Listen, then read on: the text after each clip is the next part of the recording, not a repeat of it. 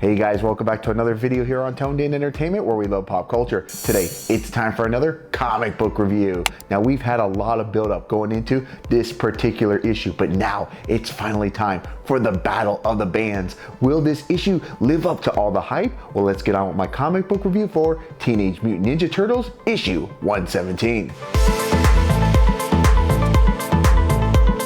Now before Jenny even strums a chord on her guitar, she makes it known that her and her band's intentions are to rock so hard that Bebop and Rocksteady will have to leave and never come back. And while it's extremely difficult to portray a band jamming out in comic book form, the art done here by Sophie Campbell and the colors by Ronda Pattison are so truly outrageous, I feel like the notes are just flying off the pages. And while Rocksteady isn't impressed, it appears that his brother in crime, Bebop, is a bit concerned on how well Jenny's band Created in Darkness really is. And here we go, the moment we've been waiting for. It's time for Bebop and Rocksteady to take the stage and show us what they really got. Well, guess what? After all this, Bebop and Rocksteady will never take the stage, and a few of the locals will tell them to essentially hit the road. With no battle of the bands going down, Koya is pretty peeved, and let's just say she lets her thoughts be known by saying, "I was told this would be a battle. Where is the victory? I did this for nothing?" And I have to agree with Koya because I thought issue 116 really only served as a bridge to get us here in 117 and then nothing? Well, Jenny's gonna say it wasn't for nothing. And I guess she's right because Bebop and Rocksteady were so intimidated by how good their music was that Jenny and her band will ultimately get the win, which is what this was all for anyways. Now Karai is up and about and she's ready to head out on her own separate ways, but not before telling the Splinter Clan that not only is she in their debt, but she intends to keep their truce, which is something Leo hopes she will stick to. Now there will be one condition on the term of the truce, is that Toka and Razor would not be allowed to go with her as they still believe they could be corrupted.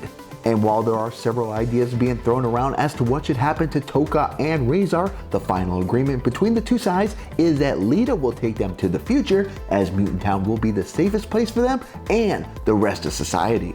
Now in the past couple issues, I've mentioned that Lita really needs to do a better job of not telling the others about the future. And as she says her goodbyes, she does a fairly good job. That is until she gets to her younger self.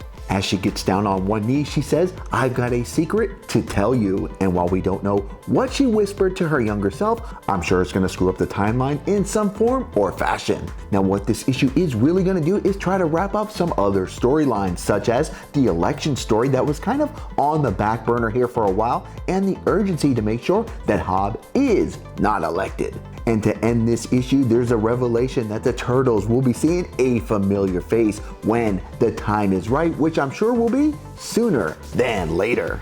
Now on a scale of 1 to 10, I'm gonna give issue 117 of Teenage Mutant Ninja Turtles an 8 out of 10. Now admittedly, as I read the first couple of pages, I thought it was a cop-out that there was no battle of the bands, but I think we get where writer Sophie Campbell wanted to go with this. That Jenny's band had put in so much time and effort and their music was so good that rather than be embarrassed, it was easier for Bebop and Rocksteady to exit stage left. And overall, I thought there were also plenty of story arcs also covered that will push this series further, including the reveal that you can come from hell and back, especially in the comic book world. And I'm sure I'm not the only person that gets a little frustrated with Lita every time she decides to blabber her mouth about the future, but then again, that's the point. Now I'm really wondering what the ramifications will be of all the talk that Lita has done, and if Oroku Saki is ready to ditch tea time for some turtle soup instead. We'll just have to wait and see when issue 118 of Teenage Mutant Ninja Turtles is released on June 23rd. Alright guys, well that's going to wrap up my comic book review for Teenage Mutant Ninja Turtles issue 117. Now if you read this issue, what are your thoughts? And what did you think of the battle of the bands? Were you disappointed that Bebop and Rocksteady didn't take the stage, or do you think it all made sense? Comment down below. And guys, if you like comic book reviews like this, make sure you stay tuned in here to Tmnt Entertainment for future videos. Subscribe to the channel. Do it. Go now. Do it now.